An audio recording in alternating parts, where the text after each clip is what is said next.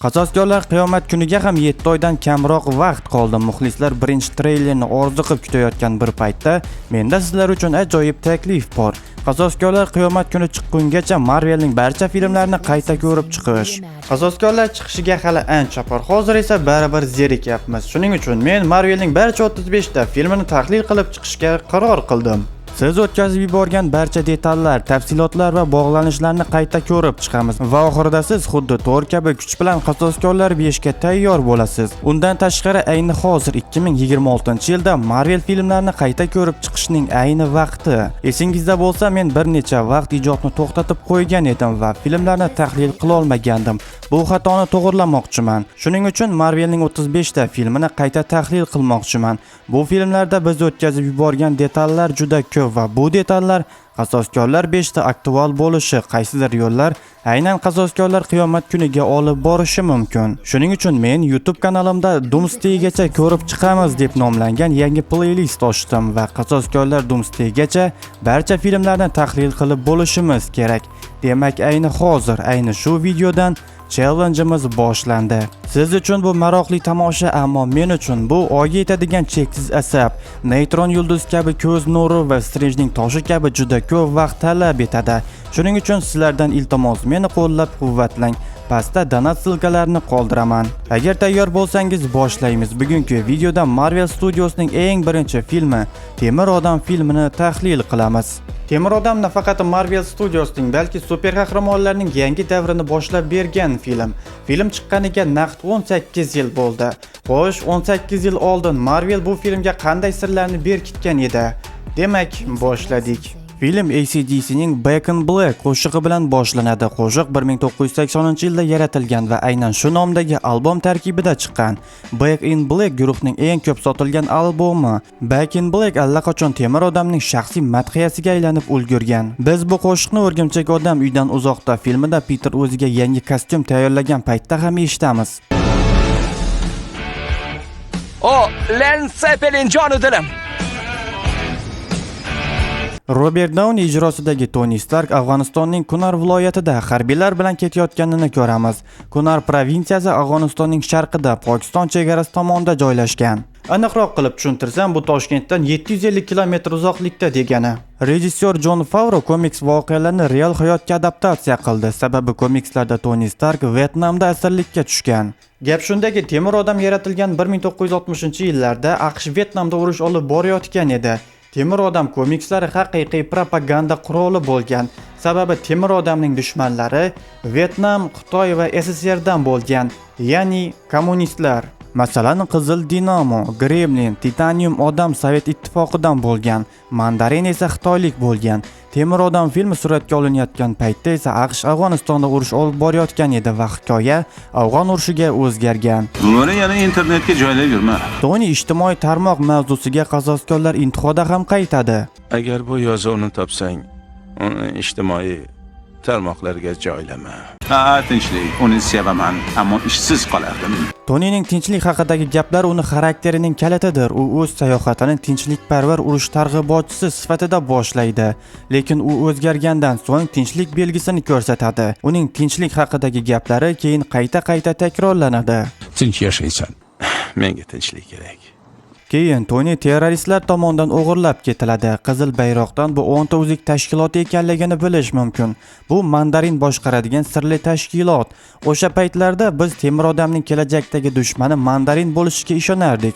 Sababi 10 o'zik tashkilotiga ko'plab belgilar bor edi. 3-filmda bizga Ben Kingsley ijrosidagi Mandarin taqdim etildi. Ammo u oddiy aktyor bo'lib chiqdi va haqiqiy Mandarin Eldridge Killian bo'lib chiqdi. Men Mandarinman. Ammo u ham haqiqiy Mandarin emasdi. Nihoyat 14 yil deganda Marvel bizga haqiqiy Mandarinni ko'rsatdi Shang-Chi filmida, lekin uning Temir Odam bilan hech qanday aloqalari yo'q edi. Taqdirlash marosimida Tonyning tarjimai holini ko'rsatuvchi video ko'rsatiladi. Bu filmda Говард Stark rolini Gerard Sanders o'ynagan, ikkinchi filmdan boshlab esa Говард Stark rolini John Slattery o'ynagan. Говард Starkning o'g'li sifatida Tony Wired Magazine, Popular Mechanics jurnallarida chiqqan. Bu suratda esa yosh Tony va yosh Bill Gatesni ko'rish mumkin. Haqiqiy rasmda esa bu yerda Paul Allen bo'lgan. Mickning texnologiyalar sharhi muqovasida yosh Toni robotni loyihalashtirayotganini ko'rish mumkin. Bu o'sha tentakvoy.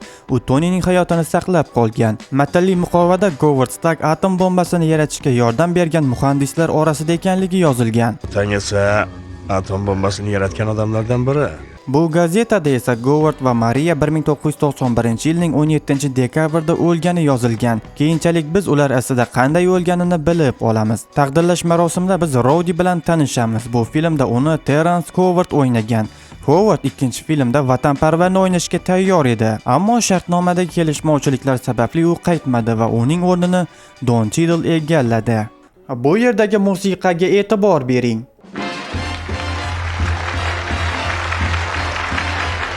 Buni filmning bu qismida ham eshitish mumkin.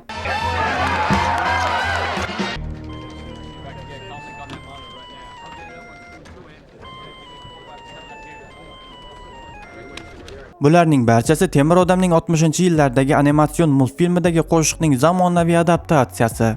Tony Stark makes you feel he's a cool exec with the heart of steel. Keyin Abadaya Stein sahnaga chiqib shunday so'zlarni aytadi. To'g'ri, men Tony Stark emasman. Film oxirida William bu so'zlarni Abadayaning o'ziga qaytarib aytadi. Kechirasiz u. Men Tony Stark emasman. Bu yerda Jon Favreauning o'zi Tonining tansoqchisi Happy Hogan rolini o'ynagan. Keyingi filmlarda uning roli kengaytirilgan. Keyin Toni yoniga Vanity Fair muxbiri Kristen Everhart keladi. Komikslarda Kristen Everhart Daily Bugle muxbiri bo'lgan. Keyinchalik Kristen VHIH boshlovchisi bo'lganiga guvoh bo'lamiz. Keyin Paul Bettany ovoz bergan Jarvis uning intellektiga guvoh bo'lamiz. Bu xonaga kirish uchun sizda ruxsati yo'q. Bu Jarvis uy boshqaruvchisi. Toni uni Edwin Jarvis sharafiga nomlagan. U Starklar oilasining sadoqatli xizmatchisi bo'lgan. Edwin Jarvis Agent Carter serialida va Qasoskorlar intihoda kameoda chiqqan. Keyingi sahnalarda Toni o'zining Ford Roadster avtomobilini ta'mirlayotganini ko'ramiz. Bu mashina Toni uchun ilhom manbai bo'lib xizmat qiladi. Masalan, birinchi ark reaktorining ko'rinishi ochiq Roadster dvigatelning klapanlarini aks ettiradi. Keyinchalik bu mashina kostyumga rang berishda ham ilhom beradi. Universitetdagi chiqishingizchi? Yonga qolsin. Toni Midda ma'ruza qilishi kerak edi. Oradan yillar o'tib Toni mas'uliyatni his qilgach, baribir Midda ma'ruza qiladi. Keyin Toni Jiraco deb nomlangan raketasini taqdim etadi. Bu repulsor boshqaruvga ega bo'lgan ilk raketa tizimi. E'tibor bersak, u allaqachon repulsor degan so'zni ishlatdi. Toni qo'llaridan o'tadigan energiya ham aynan repulsor energiya deyiladi. Demak, u oldin buni o'z raketalarida ishlatgan. Biz g'orga qaytamiz va Toni Yinsen bilan uchrashadi. Yinsen ham komikslardan olingan. U komikslarda vyetnamlik bo'lgan va mandarin tilida gaplasha olgan. Yinsen Toniga oldin Byorndagi konferensiyada uchrashgani haqida aytadi. Keyinchalik Temir odam 3 filmida bu flashback ko'rsatiladi. Keyin bu yerga Razo keladi. Razo ham komikslardan olingan. Komikslarda Razo kiborg qaroqchi bo'lgan. Albatta u filmda kiborg emas, lekin kuygan yuzi bilan komiksga belgi qilishgan. U mandarin tarmog'ining bir qismi. U o'z so'zlarida asosan sharqqa e'tibor qaratishini ko'rish mumkin. Ular yordamida Chingizxon Mo'g'ulistondan Ukrainagacha hukmronlik qilgan. Shunaqalardan bir nechtasi bo'lsa, butun Osiyoni boshqarish mumkin. Razoning qo'lida bitta uzik bor. Bu mandarin uziklardan biri bo'lishi mumkin edi. Bu yerda terrorchilar arab, forsiy, urdu tillarida gaplashishadi. Bu esa 10 xalqa tashkiloti naqadar xilma-xil ekanligini bildiradi. Toni raketalardan palladiy yig'ib mini ark reaktor yasaydi. Keyin esa Mark 1 ni loyihalashtiradi. Uning niqobni bolg'alayotgan ovozini Intihoning tizerlaridan keyingi sahnasida ham eshitish mumkin.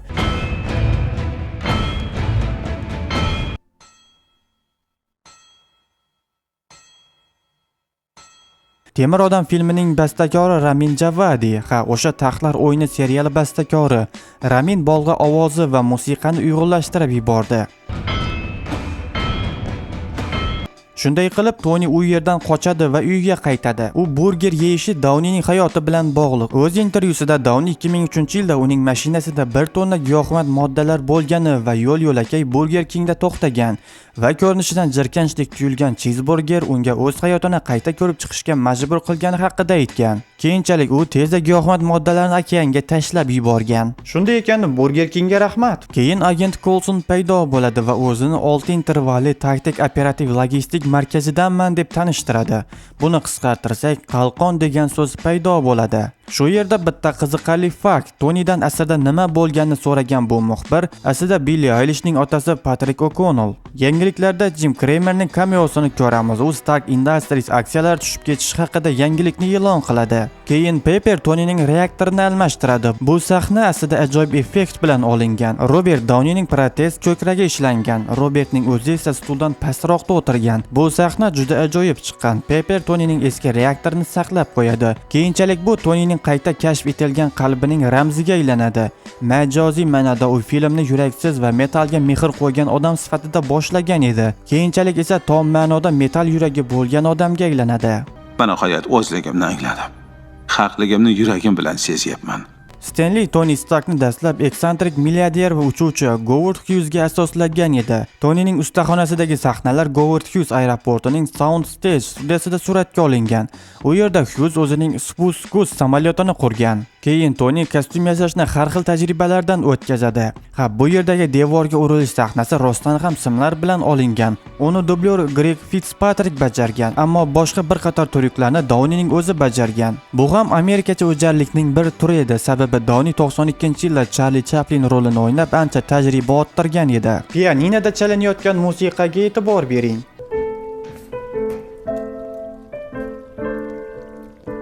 Xo'sh qalay? Bu aslida Mozartning hasadgo'y hamkasbi Antonio Salierining kompozitsiyasi. O'sha paytlarda Salieri Mozartni o'ldirishni rejalashtirgani haqida mishmishlar tarqalgan. Ammo siz umumiy kartinani tushundingiz. Tony Mozartni abadiy esa unga hasad qilayotgan Salierini tasvirlaydi. Bu yerda New Yorkdan kelgan Ray pizzasini ko'rish mumkin, sababi Jon Favreau Ray pizzasini juda yaxshi ko'radi. U haqida El filmida ham eslab o'tgan. Ularda o'nlab turdagi pizza bor. Hammasi o'zinikida original deydi. Aslida 11-si original. Tony endi etiklar bilan tajriba o'tkaza boshlaydi. Bu yerda ham ajoyib sir bor. Oldin troslar aktyorlarning beli va gavdasiga taqilardi. Bu bilan esa vazn bilan bog'liq nomutanosiblik kelib chiqarardi. Ammo bu sahnada ular troslarni etiklarga mahkamlashdi. Bu esa yiqilib ketmaslik uchun tipirchalayotgan Downey bilan juda ajoyib effekt berdi. Filmning vizual effektlari ustida Sam Winston studiyasi ishlagan. Studiyaning yana bir muhim ishlaridan biri head-up displeyi bo'lgan. Tony niqobni taqqach, uning yuzini kostyum ichidan ko'ramiz. Bu bilan Tonyning kostyum ichidagi holatni his qilib turamiz. Endi esa e'tibor bering. Har xil gologrammalar hatto Tonyning ko'zida ham aks etadi. Hozir esa bu eng cringe darajaga yetib keldi. Keyin Mark 2 uchish uchun moslashadi. Bu sahna uchun vizualchilarni qo'lini o'psa arziydi. Bu sahna shunaqangi aniqlikda, shunaqangi silliq ishlanganki, hatto kostyum nur qaytaradi. 18 yil oldin bunaqangi grafika qilishganiga shunchaki qoyil qolish kerak. Hozir esa grafika eng cringe darajaga yetib keldi. Tony Mark 2 da uchayotgan paytda displey indikatorda bu detalni olib tashlash mumkinligi haqida xabar chiqadi. Bu millisoniyalarda ko'rsatiladi. Tony SR-71 Blackbirdning rekordini yangilamoqchi bo'ladi. Bu o'sha Jetfire aylanadigan samolyot. Bu samolyot yana X-menlarning X-Jet samolyotiga ham ilhom bergan. Tony yuqoriga chiqib muzlab qoladi. Bu esa Abadayani yengishda muhim rol o'ynaydi. Tony qo'ngan paytda boya Abadaya chalayotgan pianinani sindiradi. Kinoning shu joygacha Tony 2 marta uchgan bo'lsa, ularning ikkalasi ham omadsiz qo'nish bilan yakunlanadi. Tony oltin va titan qotishmasi bilan Mark 3 ni loyihalashtiradi. Bu ham original komikslarga belgi. Tony Roadsterga qarab qizil rang qo'shadi. Bilasanmi? Ozgina alvon rangidan qo'sh. Ha, bu rang sizni ko'zga tashlanmasligingizga yordam beradi. Keyin Tony Stanley bilan uchrashadi. Tony uni Hugh Hefner deb o'ylaydi, lekin bu filmda Stanley o'zini o'ynagan. Bu sahnaning alternativ varianti ham bo'lgan. Unda Stanley ortiga o'girilib, "Men Hugh emasman" deb aytgan. Tony Pepperga chalg'ib, Coulson bilan 24-kun 19:00 da uchrashuv belgilaydi. Bu esa Pepper Abadaya ma'lumotlarini o'g'irlayotgan vaqtga to'g'ri keladi. Pepperning ko'k ko'ylagi keyinchalik intihodagi kostyumiga ilhom bergan. Keyin Kristen Everhart Tonyga Gulmirdagi qurollarni ko'rsatadi. Bu Yensenning ona shahri. Hozir temir odam kostyumi shu darajada rivojlandiki, oxir-oqibat u cringe darajaga yetib bordi. Hozir kostyumlar oldingidek zo'r ko'rinmaydi. Ular mukammal, lekin shunchaki kompyuter marker mahsuloti.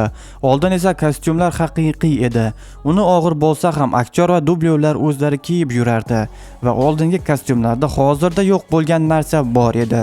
Bu ovozi. Kostyumning ovozi uni his qildirib turardi.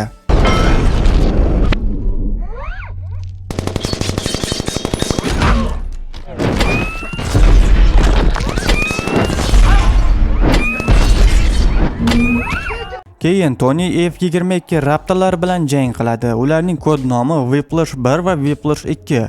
Biroz oldin Tony Ivana haqida ham eslaydi. Kerak, aytchi uni ismi nima? Ivannami? Bu bilan ikkinchi qismdagi yovuz Ivan Vankoga belgi qilib ketishgan. Abadaya Stein yangiliklarni ko'rayotgan paytida oldida shaxmat figuralari bor. Komikslarda Abadaya shaxmatchilar deb nomlangan guruhni boshqargan. Tony kostyumni yechayotgan paytda bu yerda Kapitan Amerika qalqonini ko'rish mumkin.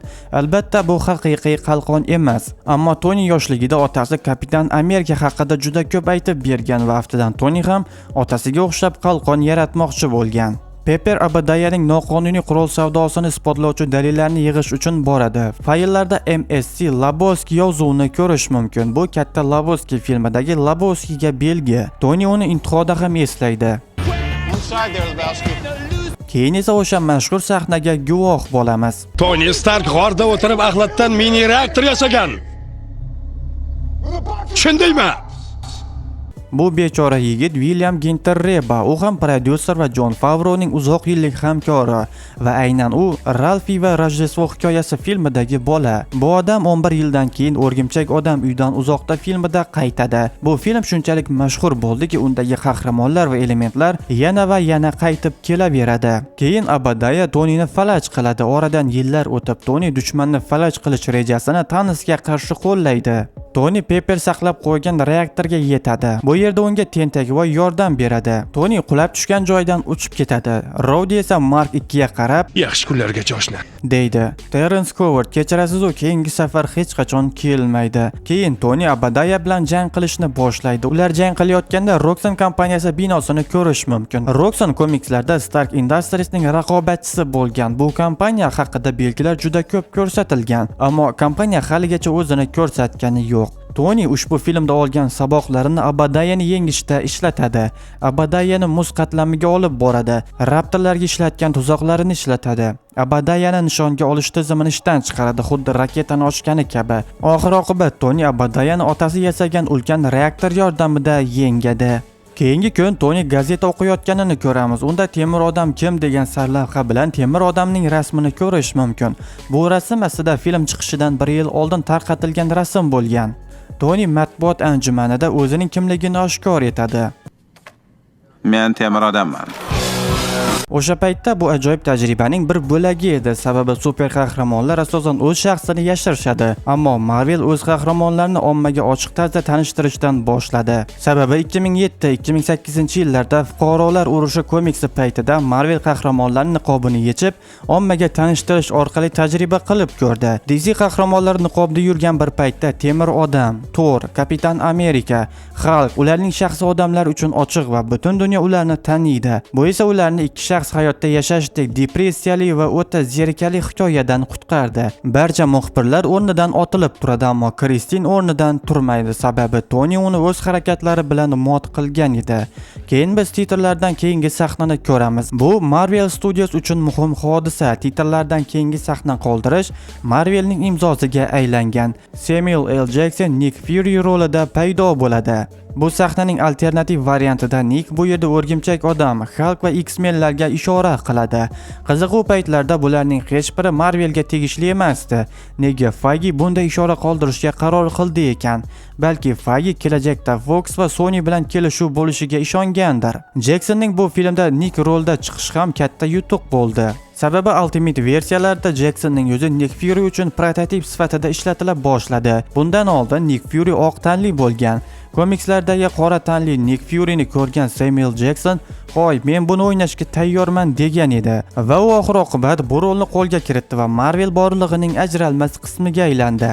Temir odam filmini qayta tomosha qilib, hozirda Marvelga nimalar yetishmayotganini tushunib yetdim. Bizga nomukammal bo'lgan qahramon kerak, nuqsonli. U abetdan keyin kostyum yasab tashlashi kerak emas. Bizga amaliy qo'lda qilingan maxsus effektlar kerak. Yashil matoda kompyuterga chizib kelingan axlat emas, bizga ovoz effektlari kerak va eng asosiysi, bularning barchasi yurakdan ijod uchun qilinishi kerak, katta soqqa uchun emas. Do'stlar, bugungi video shulardan iborat edi. Mana Temir odam filmi haqida ham barcha narsalarni bilib oldingiz. Maslahatim, siz ham Temir odam filmini qayta tomosha qiling va Marvel qachonlardir qanday bo'lganiga guvoh bo'ling. Video yoqqan bo'lsa videoga like bosing va kanalga obuna bo'lishni unutmang. Ekrandagi karta raqamlarga donat qilgan holda esa meni qo'llab-quvvatlashingiz mumkin. Meni kuzatishda davom eting. Keyingi video aql bovar qilmas xalq haqida bo'ladi. Keyingi videolarda uchrashguncha